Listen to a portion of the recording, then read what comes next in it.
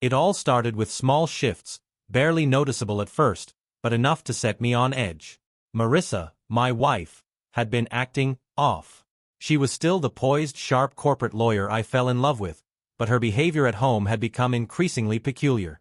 Her phone, once casually tossed onto the couch or kitchen counter, was now practically glued to her hand, locked the moment I walked into the room. Questions about her late nights at work were deflected with irritation, her gaze avoiding mine like it was a chore to meet my eyes. I chalked it up to stress. Her job was no joke, and I knew the kind of pressure she faced in the high-stakes world of corporate litigation. But deep down, a gnawing unease had started to settle in my chest. It was nothing concrete, just tiny inconsistencies. She'd excuse herself from family dinners, claiming exhaustion, only to return with an unusual lightness in her step after a quick text break.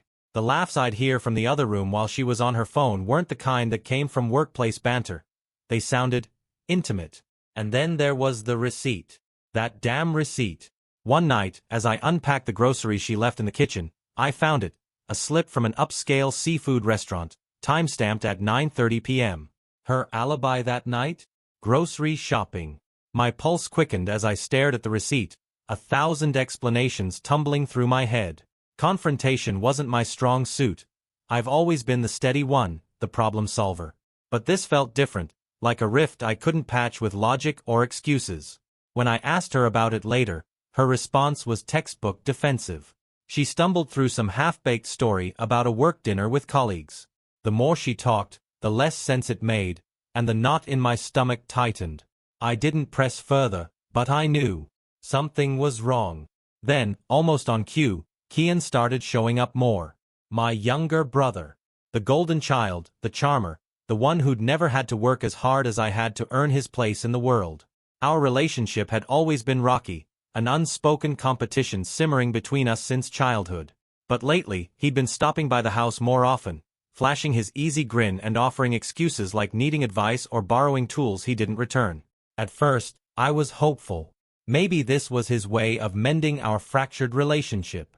After all, people change, right? But soon, his visits became too frequent, his presence too comfortable.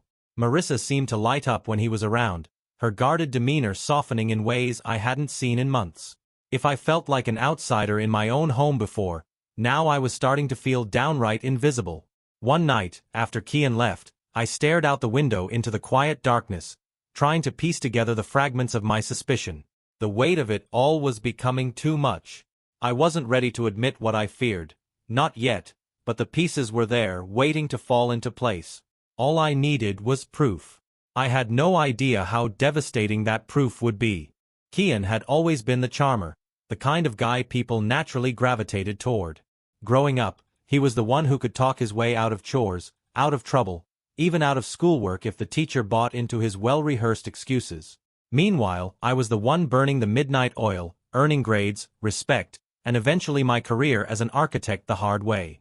Still, as different as we were, I always felt the unspoken expectation to take care of him, a burden I didn't ask for but carried nonetheless. So when Kian started dropping by more often, I tried to see it as an olive branch. Sure, I couldn't ignore how my chest tightened every time he and Marissa shared a laugh, but I told myself it was just paranoia. It wasn't like he was doing anything blatantly wrong. Not yet. But as days turned into weeks, I began noticing little things that set me on edge. Like how he'd sit in my spot on the couch when I wasn't home or linger a little too long when hugging Marissa goodbye. It wasn't just me. Marissa seemed different around him. More relaxed. More engaged. "Elias, you're overthinking it," I muttered to myself one evening as I cleaned up after dinner. But I didn't believe my own words. The cracks deepened with every passing day. The night I found that seafood restaurant receipt replayed in my mind like a bad movie. I'd always trusted Marissa, but now every glance, every touch of her phone, every muted laugh in another room felt like a confirmation of my growing fears. Still, I had no hard proof, and part of me was desperate to believe I was just being paranoid. Then came the night that changed everything. It was late, and I was alone in my office finishing up plans for a client. The house was quiet except for the faint hum of Marissa's voice downstairs. I assumed she was on a call for work. She often took late-night meetings with colleagues from different time zones. But then I heard something that made me pause midline in my blueprint sketch. Laughter. Not just any laughter. It was soft, intimate, and distinctly hers. I got up and walked toward the door, straining to hear. Her voice was low, her words muffled, but I caught enough to make my stomach churn. "Last night was unforgettable," she said, her tone dripping with something I hadn't heard in years. "I can't wait to see you again," a male voice responded, barely audible but unmistakable. It wasn't a colleague. It wasn't a stranger. It was Kian. I stood frozen, my world tilting on its axis. My hand gripped the doorframe as the realization hit me like a freight train. My wife. My brother. Together. The proof I needed was there, but I didn't know what to do with it. Part of me wanted to burst into the room and confront her right then and there, but the other part, the one fueled by a simmering rage, knew I needed more. If I acted now, she'd deny it, spin some lie I wasn't prepared to untangle. No, I needed to be smart. I needed to gather enough evidence that there'd be no way for her, or him, to wriggle out of the truth. I turned back to my office, my mind racing. I knew what I had to do, and the thought of it twisted my stomach into knots. But this wasn't just about revenge. It was about taking control of my life, my family, my dignity. By the time I sat back down at my desk, the anger had crystallized into something cold and sharp. I'd always been the problem solver, the man with the plan. This time would be no different. Only now, the problem wasn't just a cracked foundation or a miscalculation on paper. It was my own fractured life. The next morning, I woke up with one goal: to find the truth, no matter how much it hurt. Marissa acted like nothing had happened, greeting me with her usual polished smile, as if the night before hadn't existed. I played along, masking the storm brewing inside me with forced small talk over breakfast. "Big day at work?" I asked casually, watching her closely as she buttered her toast. She barely looked up. "Yeah, long meetings. I might be home late again." The words cut deeper than she probably realized. "Take it easy," I replied, feigning indifference.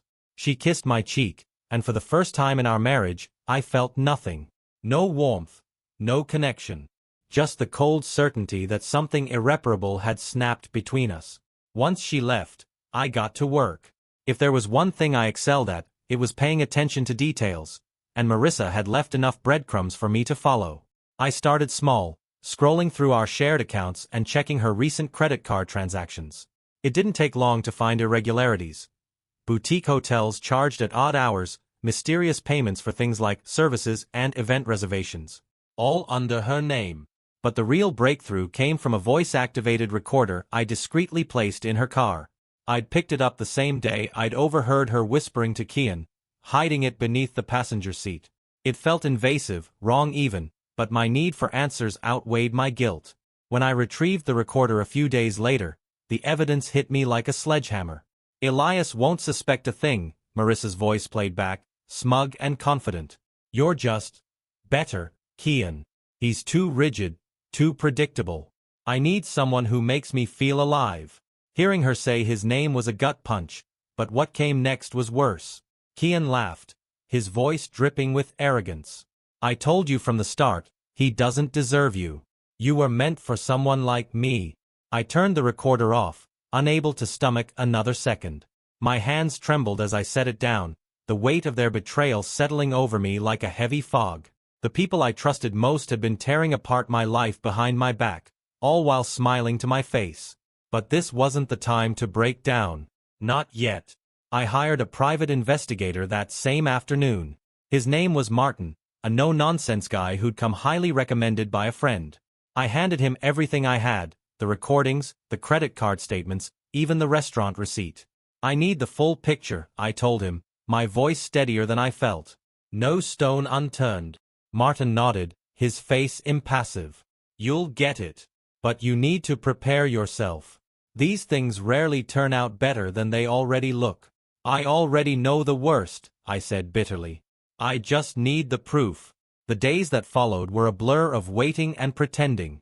Marissa continued her charade, texting and laughing on her phone while claiming to be buried in work. Kian still showed up, lounging in my living room like he owned the place, cracking jokes that grated on my nerves. I kept my distance, biting my tongue and waiting for Martin's report. When it finally came, it was worse than I imagined. There were photos of them together, smiling, holding hands, checking into hotels. Burner phone messages filled with lewd promises that made my stomach turn. And then the final blow. A scanned ultrasound image tucked inside a handwritten note from Marissa to Kian. "I can't wait to build our future together," the note read. The world seemed to tilt as I stared at the evidence, each word searing itself into my brain. She wasn't just cheating, she was planning a life with him. My brother. I clenched my fists, feeling the anger boil over. But beneath it was something colder, something sharper. They thought they could get away with this. They thought they could ruin my life and walk away unscathed. They were wrong. If Marissa and Kian wanted to destroy me, they were about to learn just how wrong they'd been. Read through Martin's report, the clearer it became that I couldn't do this alone. There was too much at stake, and I needed someone who understood the pain, someone with as much reason to fight as I did. That's when I thought of Lyra. Lyra, Kian's wife, had always been a kind soul, quiet, thoughtful, and fiercely devoted to their marriage despite Kian's obvious shortcomings. I hadn't told her anything yet. The thought of shattering her world weighed heavily on me. But if anyone deserved to know the truth, it was her. That evening, I called her. She sounded surprised but cheerful, clearly not suspecting what was coming. "Elias, it's been a while," she said warmly. "What's up?" "Lyra, I need to talk to you. It's about Kian and Marissa." My voice was steady, but inside, I was a wreck. There was a pause. "What about them?" "It's better if we meet in person," I said, sidestepping the question. "Can you come over tomorrow evening? It's important." Her hesitation was brief. "Sure. I'll be there." The next day felt like an eternity. Marissa was out, claiming another late-night work obligation, and Kian hadn't stopped by, thank God. When Lyra arrived, her expression was a mix of curiosity and concern. I offered her a seat in the living room, then sat across from her, the folder of evidence on the coffee table between us. For a moment, I couldn't find the words, my throat tightening under the weight of what I was about to reveal. "Elias, you're scaring me," Lyra said softly. "What's going on?" "I'm sorry," I began, my voice heavy. "I wish I didn't have to be the one to tell you this, but Kian and Marissa, they've been having an affair." Her face froze, her eyes searching mine for any sign of a cruel joke. When she realized I was serious, her hands flew to her mouth, her breath hitching. "No, that's not. He wouldn't." I slid the folder toward her, opening it to the photos and messages.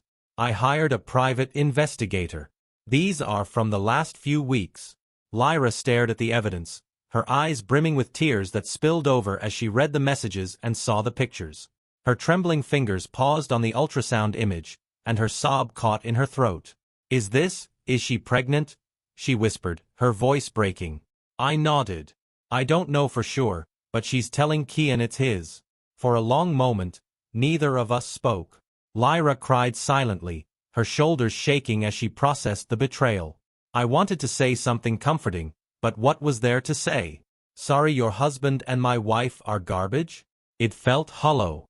When she finally spoke, her voice was trembling but resolute. "What do? We don't let them win," I said firmly. "They've made a mess of our lives, but we're not going to let them walk away from this unscathed. We can fight back, together." Lyra nodded, her tears slowing as a spark of determination lit in her eyes. "What's the plan?" I outlined the steps I'd been mulling over since getting the report. The first was confronting Marissa and Kian, not in anger, but with cold hard evidence.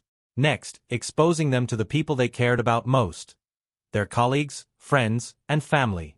And finally, ensuring they felt the consequences of their actions legally and financially. Lyra agreed without hesitation. "If we're going to do this, we do it right," she said, her voice steadier now. "They deserve everything that's coming to them." That night, as Lyra left with copies of the evidence, I felt a strange sense of relief. For the first time since this nightmare began, I wasn't alone. We had a plan, and no matter how much it hurt, I was determined to see it through. Because if Marissa and Kian thought they could betray us and move on with their lives, they were about to find out just how wrong they were. With Lyra on board, the next step was preparation. Confronting Marissa and Kian couldn't just be a heated argument. It had to be controlled, calculated, a moment they'd never forget. The evidence had to speak for itself, leaving no room for excuses, no chance for them to twist the truth. Lyra and I spent the following week gathering everything we needed. She added her own findings.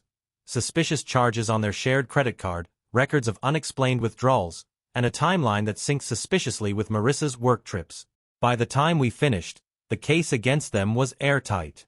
Lyra suggested we hold the confrontation in a place they couldn't walk away from. My house. Neutral territory wasn't an option. This was personal, and I wanted them to feel the weight of their betrayal in the very home they'd disrespected. On the day of the confrontation, I prepared the dining room like it was a courtroom.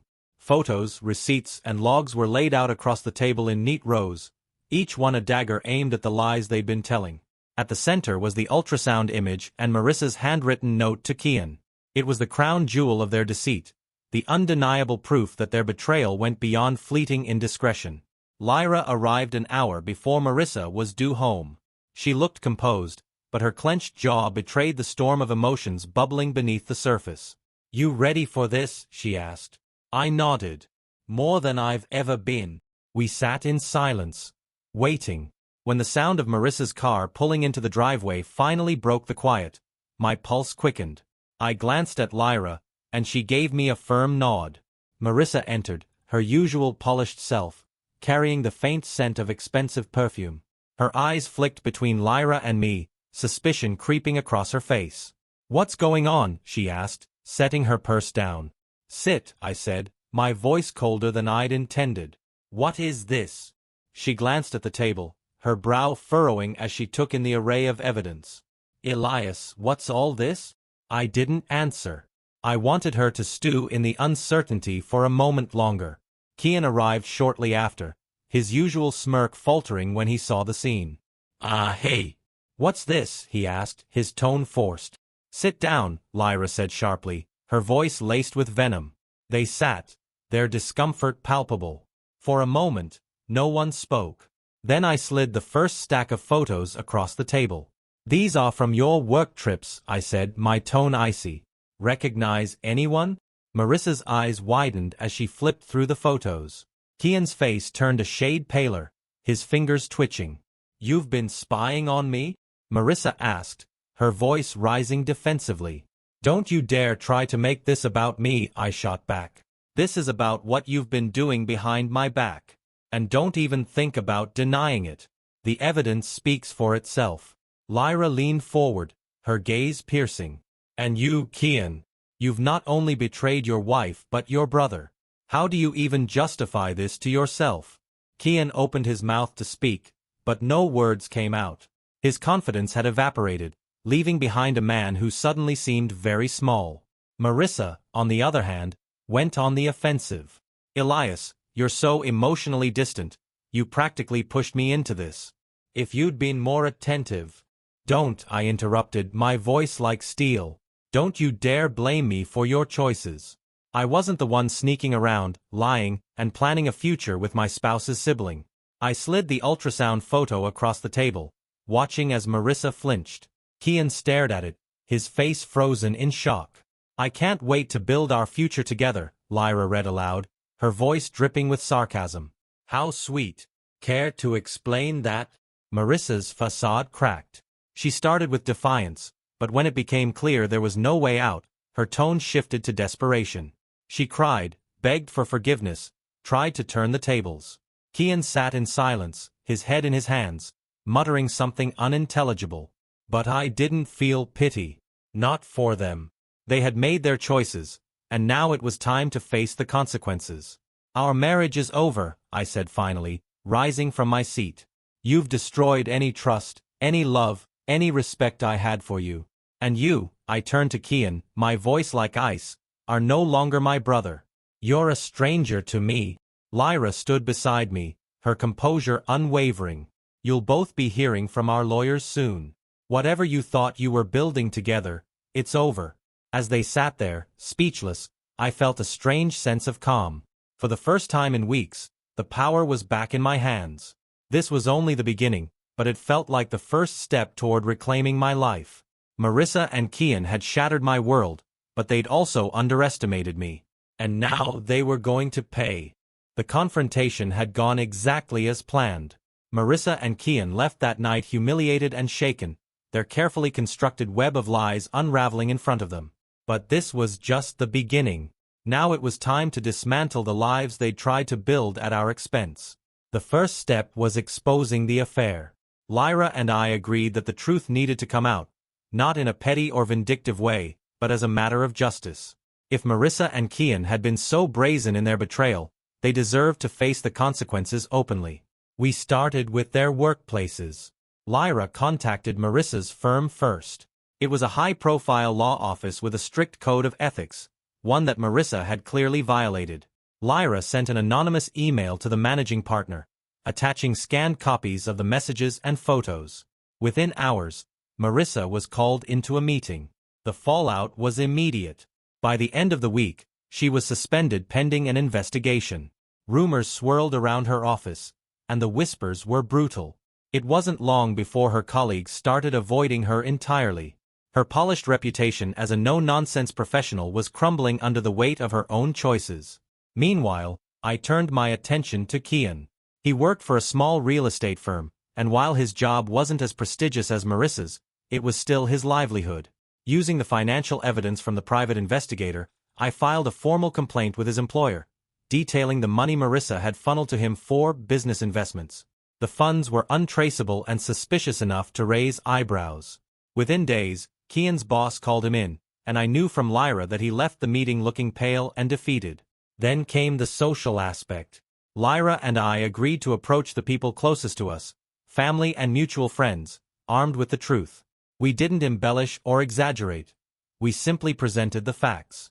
Most people were shocked, appalled, and frankly, disgusted. Mutual friends who had once adored Marissa now saw her for who she truly was. Kian, once the charming favorite at every family gathering, found himself isolated. Even our parents, who had always favored him, were forced to confront the truth. The disappointment in their voices when I explained everything over the phone was palpable. "I don't even know who he is anymore," my mother said tearfully. "How could he do this to his own brother?" "I don't care if he's my son," my father added bitterly. "He's dead to me until he fixes this mess." Lyra, too, faced her own reckoning. Her parents, who had always been polite but distant toward Kian, rallied behind her. Her father, a retired police officer, even offered to help her navigate the legal process. "It's not just about divorce," he said firmly. "It's about making sure he doesn't take anything more from you." With the personal and professional groundwork laid, the final piece of the puzzle was legal action. Lyra and I both filed for divorce within the same week, each case bolstered by the damning evidence we'd collected. Marissa tried to fight back, claiming I was being vindictive, but the court wasn't swayed. The financial records, photos, and messages spoke louder than her excuses. Kian, predictably, tried to avoid the proceedings altogether, but Lyra's legal team was relentless. By the time the dust settled, Kian and Marissa had lost nearly everything: careers, social standing, and any hope of sympathy from the people who once cared about them. It wasn't just about revenge. It was about justice. Lyra and I had both been deceived, humiliated, and betrayed in the worst possible way. But now, we were taking back control of our lives. As I watched the dominoes fall one by one, I felt a strange mix of emotions.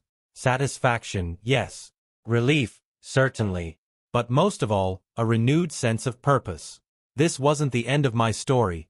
It was just the start of a new chapter. And for Marissa and Kian, it was the beginning of their downfall. In the weeks that followed, the ripples of what we'd set into motion turned into waves. Marissa and Kian tried to keep up appearances, but the damage was already done. Everywhere they went, they were met with judgmental stares and whispers that followed them like shadows. Marissa's suspension quickly escalated into termination. Her firm couldn't afford the scandal, especially with clients who expected the utmost discretion and professionalism. News of her ethical violations spread beyond the office, reaching her professional network. Offers for freelance work dried up, and invitations to high-profile events disappeared. She showed up at my door one evening, looking haggard and worn in a way I'd never seen before. Her polished confidence was gone, replaced by desperation. "Elias," she began, her voice shaky. Can we talk? I stepped outside, shutting the door behind me. There's nothing left to talk about, Marissa. Her eyes darted to the ground, then back to me. I made a mistake. A huge mistake. But we had something real. Don't you think that's worth saving? I crossed my arms, keeping my tone as calm as I could. You didn't make a mistake, Marissa. You made a choice. Over and over again. You chose to lie, to betray me, to destroy everything we built together. And now you want to save it? It's too late. Tears welled up in her eyes, but I felt no sympathy. This was the same woman who had looked me in the eye and lied for months, who had built a future with my brother while still wearing my wedding ring. I turned and went back inside, leaving her on the porch. Kian, on the other hand, had all but disappeared. He'd been fired from his job after the investigation into his financial dealings revealed more inconsistencies. Lyra told me he'd been crashing at a friend's place, unable to afford the lifestyle he'd grown accustomed to. His charm, once his greatest weapon, had become a liability. No one wanted to associate with the man who'd betrayed his own brother. It wasn't long before Kian's legal troubles escalated. The authorities were investigating the financial discrepancies in Marissa's transfers to him, and while it didn't amount to embezzlement, it was enough to put him in a precarious position. When he finally reached out to me, it wasn't with the swagger I'd grown used to, it was with desperation. "Elias," he said over the phone, his voice uncharacteristically subdued. I messed up. I know I don't deserve anything from you, but I need help." I clenched the phone tightly, my jaw tensing. "Help? You want help after everything you've done? After you betrayed me and Lyra? After you ruined your own life?" "I'm sorry, okay," he stammered. I didn't mean for it to get this far." "You didn't mean for it to get this far?" I echoed, my voice rising. "Kian, you knew exactly what you were doing. You didn't just betray me, you destroyed our family. And now you want me to bail you out." There was a long silence before he spoke again, his voice barely audible. "I just want to make things right. Then start by taking responsibility for what you've done," I said coldly. "But don't expect me to fix the mess you created." I hung up, my heart pounding. For years, I had carried the weight of being the older brother, the one who was supposed to look out for him. But this wasn't sibling rivalry or a childish mistake. This was a deliberate act of cruelty, and I wasn't about to let him drag me down with him. Meanwhile, Lyra and I had been working on rebuilding our lives. We met regularly to strategize, support each other, and even share moments of levity in the midst of the chaos. It was strange. Out of all this heartbreak, an unexpected friendship had formed. "I don't know how you kept your cool with Kian," Lyra said one evening as we went over some final legal documents. "If it were me, I would have lost it." "I've had enough of Kian controlling the narrative," I replied. "This time, I'm the one setting the terms." She nodded, a small smile playing at her lips. "You're stronger than you give yourself credit for, Elias. Don't forget that." Her words stayed with me long after she left. I wasn't sure if I believed them yet, but for the first time in months, I felt like I was finally gaining ground. Marissa and Kian's fallout was far from over, but my focus was shifting. It wasn't about them anymore. It was about me, and what came next. With Marissa and Kian's lives spiraling into chaos, I found myself standing at a crossroads. For months, my world had revolved around uncovering their betrayal, confronting the truth, and ensuring they faced the consequences. Now that the dust was settling, I realized I had to answer a question I'd been avoiding. What next? The first step was reclaiming my space, both physically and emotionally. I began with the house. Every corner seemed to hold a memory of Marissa, a reminder of what we'd once been, or what I thought we were. I couldn't live in a museum of broken promises, so I started to change things. The sleek, modern furniture Marissa had picked out was replaced with pieces that felt more like me. A sturdy leather armchair for the living room, a wooden dining table with a slight imperfection that gave it character. I even tackled the walls, painting over the cold grays and whites she'd insisted on with warmer tones that made the house feel like a home. My home. As I worked, I found myself healing in unexpected ways. Each stroke of paint, each piece of furniture I assembled, was a small act of taking back control. It wasn't just about the physical transformation, it was about reclaiming a life that felt like mine again. I also threw myself into work. Architecture had always been my passion, a place where I could lose myself in creativity and precision. I took on new projects, pushing myself to experiment with bold designs and innovative techniques. My colleagues noticed the change. "Elias, you seem different," one of them remarked during a team meeting. "Better or worse?" I asked, half joking. "Better," she said with a smile. "More confident. Like you've found your stride." It was true. For the first time in months, I felt like I was standing on solid ground, no longer defined by the weight of Marissa and Kian's betrayal. But healing wasn't just about reclaiming my space or diving into work, it was also about reconnecting with the people who mattered. My parents, once blinded by their favoritism for Kian, had been deeply shaken by the truth. My father, in particular, had taken it hard, grappling with the realization that the son he'd always championed had caused such destruction. "I failed you, Elias," he admitted one evening as we sat on the porch of their home. "I should have seen it earlier. Should have done something." "It's not your fault, Dad," I said, surprising even myself with the sincerity of my words. "Kian made his choices. We all did." My mother, though quieter, showed her support in her own way, dropping off home-cooked meals, insisting I take breaks from work, and listening when I needed to vent. For the first time in years, it felt like they were truly seeing me for who I was, not just in contrast to Kian. Lyra, too, became a constant presence in my life. Our shared experiences had forged a bond that was difficult to describe but easy to lean on. We started meeting not just for strategy sessions but for coffee, walks, or just to talk about anything other than Marissa and Kian. One afternoon, as we sat on a park bench watching the autumn leaves fall, she turned to me. "Do you ever think about what comes next? Beyond all this?" "Every day," I admitted. "But I'm not sure I have the answer yet." She smiled, a touch of mischief in her expression. "Well, let me know when you figure it out. I might steal your idea." We both laughed, and for a moment, it felt like the weight of everything had lifted. Lyra's resilience inspired me. She was navigating her own healing process with a grace that reminded me I didn't have to have all the answers right now. It was okay to take things one step at a time. As the days turned into weeks, I found myself waking up with a sense of purpose again. The anger, the heartbreak, the betrayal, they were still there, but they didn't define me anymore.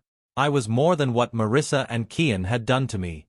I was Elias, an architect, a son, a friend, and a man determined to build a better future for himself. I didn't know exactly what that future looked like yet, but for the first time in a long time, I was excited to find out.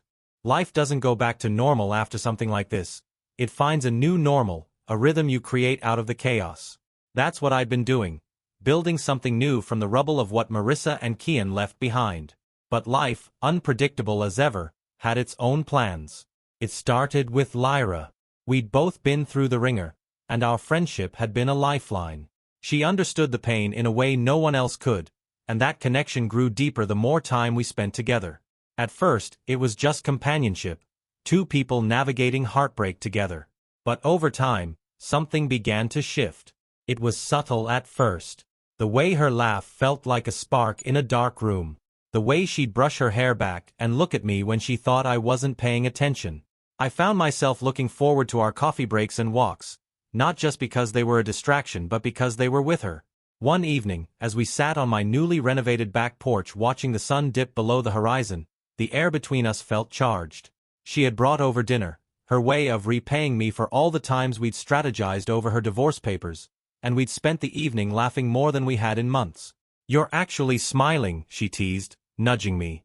"I was starting to think you'd forgotten how." I smirked. "Takes the right company, I guess." She rolled her eyes, but there was a blush creeping up her cheeks. For a moment, we just sat there, the quiet settling around us like a blanket. Then she turned to me, her expression soft. "Elias, have you thought about moving on? Like, really moving on?" I hesitated, the words catching in my throat. "I have. But it's scary, you know? Trusting someone again." She nodded, her gaze dropping to her hands. "Yeah, it is." The silence stretched between us, but it wasn't uncomfortable. It was charged with unspoken possibilities. Finally, she looked up, her eyes meeting mine. "But maybe it's worth it." Her words hung in the air, and without thinking, I reached for her hand. She didn't pull away. Maybe it is, I said softly. That night was a turning point. We didn't rush into anything. We were both still healing, still figuring out what we wanted, but there was an unspoken understanding between us. Whatever this was, it was real. It was honest. And for the first time in a long time, it felt good. As I navigated this new chapter with Lyra, other pieces of my life began falling into place. My parents were making an effort to rebuild their relationship with me, and though I kept them at arm's length at first, I started to let them in again. They'd taken Marissa and Kian's betrayal as a wake-up call, a chance to confront their own mistakes, and while it wasn't perfect, it was a start. Work, too, was thriving. A project I'd taken on, a modernist community center, had gained attention for its bold design, and my firm was thrilled with the recognition. It wasn't just about the accolades, though. For the first time, I felt like I was creating something meaningful, something that would outlast the pain of the past year. And then there was the moment I hadn't expected. The day Marissa reached out again. She showed up at my office unannounced, looking a shadow of the woman I once knew. "I just need 5 minutes," she said, her voice quiet but firm. Against my better judgment, I agreed. She sat across from me, her hands twisting nervously in her lap. "I wanted to say I'm sorry," she began. "I know I don't deserve your forgiveness, but I needed to tell you." I leaned back in my chair, studying her. "Why now, Marissa?" She looked down, her voice trembling. "Because I've lost everything, Elias. And I know I have no one to blame but myself." I didn't respond right away, letting the weight of her words sink in. Finally, I nodded. "I appreciate the apology. But forgiveness, that's something I'll have to figure out on my own. It doesn't come easy." She nodded, tears welling in her eyes. "I understand. I needed you to know." As she left, I felt a strange mix of emotions. Closure, perhaps, but also a sense of finality. Marissa was no longer a part of my life, and for the first time, I was okay with that. Because my focus wasn't on the past anymore. It was on the future. A future I was building with my own 2 hands, step by step, one day at a time. And for the first time in what felt like forever, that future looked bright.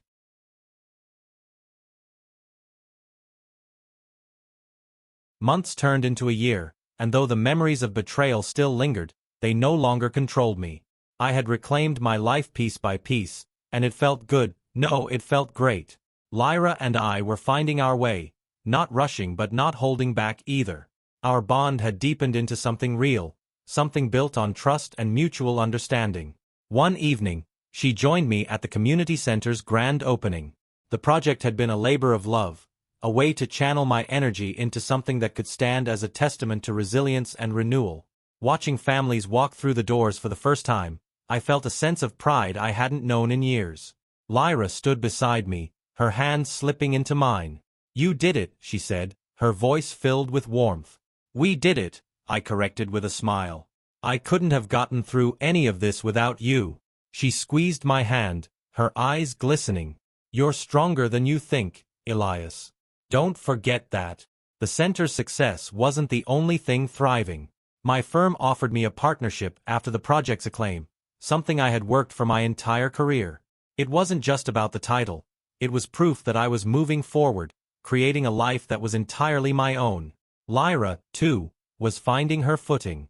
She'd returned to school, pursuing a degree in counseling, inspired by everything we'd been through. "If I can help someone else navigate their darkest moments," she said one night over dinner, "then all this pain will mean something." Our relationship wasn't without its challenges. There were moments of hesitation, moments where the scars of our past made us question if we could truly trust again. But we faced those moments together, talking openly and giving each other the space to heal. One evening, as we sat on my back porch, the same one where our connection had first shifted, I found myself thinking about the future in a way I hadn't before. "Lyra," I said, my voice soft but steady, "have you ever thought about starting over completely? Not just rebuilding, but creating something entirely new?" She looked at me curiously. "What do you mean?" I took a deep breath. "I mean, a life together. Not because of what we've been through, but because of where we could go from here. I don't know what that looks like yet, but I want to figure it out, with you." Her eyes widened, and for a moment, I worried I'd overstepped. But then she smiled, that radiant, genuine smile I'd come to cherish. "I think I'd like that," she said, her voice trembling slightly. As the sun dipped below the horizon, painting the sky in hues of orange and pink, I realized something profound. Life doesn't always go the way you planned, but sometimes, the detours lead to places you never imagined. I had lost a lot, but I had also gained something I hadn't even known I needed. A second chance, not just at love, but at living. Marissa and Kian's betrayal had broken me, but it hadn't defined me. I was stronger now, wiser, and ready to face whatever came next. For the first time in a long time, I felt whole. And for that, I was grateful.